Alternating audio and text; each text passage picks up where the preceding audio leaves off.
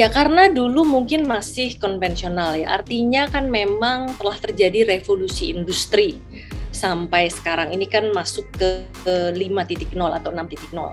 Ya kalau dulu ya revolusi industri yang pertama mulai dari pekerjaan fisik ya, kalau dulu orang taunya bertani, berburu, kemudian mungkin nelayan, cuma 3 itu kan.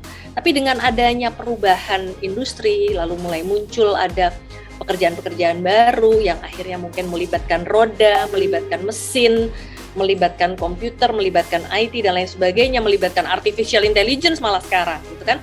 Nah ini ada perubahan nih, gitu ya. Tentu saja pekerjaan-pekerjaan menjadi semakin kompleks dan semakin beragam, ya.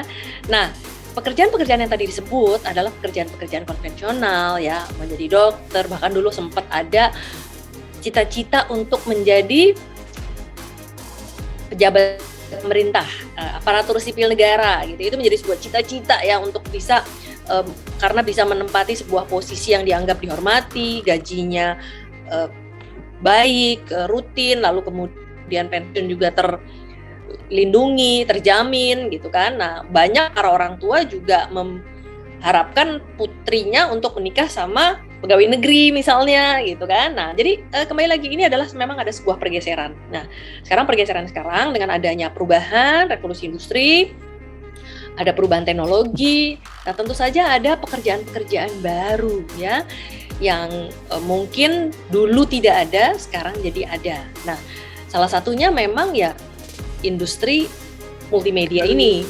Ketika televisi, radio, media formal sekarang mungkin juga sudah mulai mendapatkan saingan yang sangat berat ya, karena sekarang semua orang bisa bikin TV sendiri. Nah, ini yang akhirnya kemudian mendesak, mendorong orang-orang, anak-anak muda sekarang, mereka mencoba untuk melihat ya dan berpikir realistis.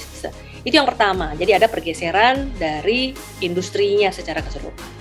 Yang kedua adalah bahwa memang ternyata ada semacam propaganda, di mana kita melihat bagaimana para pelaku media sosial itu ya, mereka menunjukkan bagaimana ternyata memang membangun TV sendiri, membangun channel sendiri itu bisa memberikan keuangan yang secara langsung menghasilkan ya. Kita mungkin bisa melihat raja YouTuber atau konten ini, konten itu, selebgram ini, selebgram itu. Nah, dengan adanya exposure tersebut, nah semua orang kan juga akhirnya, wih enak ya, kayaknya enak banget, aku juga mau dong menjadi raja selebgram, menjadi raja YouTuber dan lain sebagainya. Itu menjadi membius gitu anak-anak muda kita sekarang. Padahal kita juga harus melihat untuk menjadi tokoh-tokoh tersebut kan tidak mudah ya, dan tentu saja perlu pengorbanan, perlu keterampilan, perlu keahlian, perlu keseriusan, perlu komitmen dan lain sebagainya. Nah,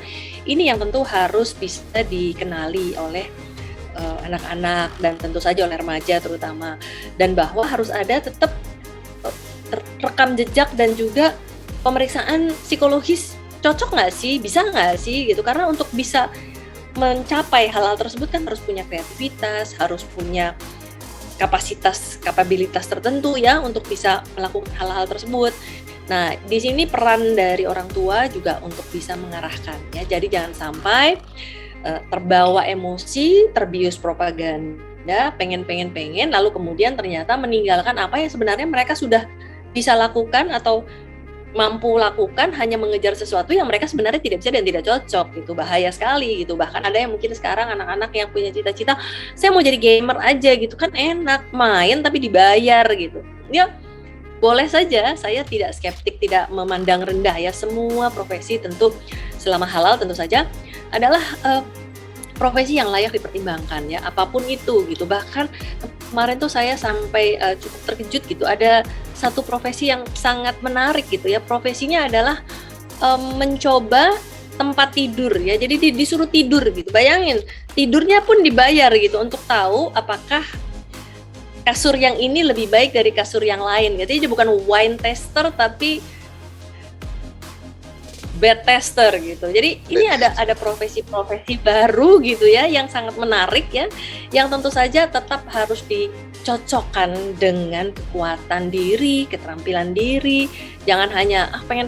Sekarang yang menjadi masalah itu kan adalah teman-teman pada ini mau semuanya gitu. Kalau dulu mau jadi dokter semuanya, mau jadi lawyer semuanya. Padahal belum tentu. Nah, di sini perannya memang harus ada semacam pemeriksaan psikologis. Kalau saya sendiri seringkali menyebutkan bahwa setiap orang itu sebenarnya perlu psychological check up tuh minimal 7 kali dalam hidupnya. Pertama sebelum dia masuk sekolah, kemudian pada saat dia memilih jurusan di minat gitu ya, pengalian minat, kemudian milih jurusan, kemudian dia mau kerja, mau nikah, mau punya anak, sampai mau masuk masa pensiun. Itu sebenarnya penting sekali tuh ada pemeriksaan psikologi supaya bisa mengenali dan menyesuaikan dengan keterampilan dan kekuatan kelemahan diri supaya bisa mereduksi potensi-potensi masalah yang bisa muncul kalau misalnya dia tidak melakukan pemeriksaan psikologis gitu.